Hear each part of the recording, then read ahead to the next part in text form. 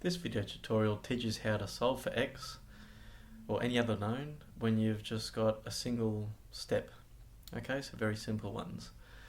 So there's only one number that we need to remove. So here's what we do. The object of solving for x is to get x on its own by removing the numbers near or attached to it. If there's no operation, so the four operations are plus, minus, times and divide. So if there is no operation between a number and a bracket or a number and the x, it means to multiply. To remove numbers, simply perform the opposite operation to each side, then go on to the next number until x is by itself, or isolated means by itself. So here's an example. This is called a one-step equation because there's only one number that we need to remove, because once this number is removed, x will be by itself. Now this one's simple. We can tell that x plus 2 is 5, so x must be 3, because 3 plus 2 is 5.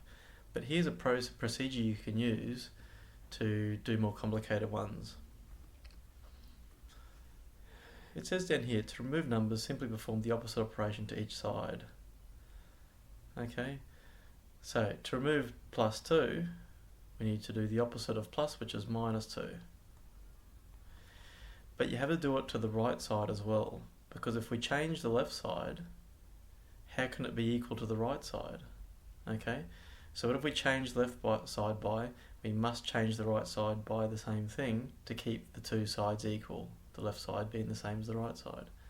So minus 2 on the left side, we have to do minus 2 on the right side as well. So rule it off. Now, on this left side now, plus 2 and minus 2, well that cancels out to 0. So it's gone. So on the left side, we're left simply with x. Notice how I try to keep them lined up with each other so that it doesn't get messy. Equals, so I put that lined up as well. 5 minus 2 is 3. So there's the answer, x equals 3.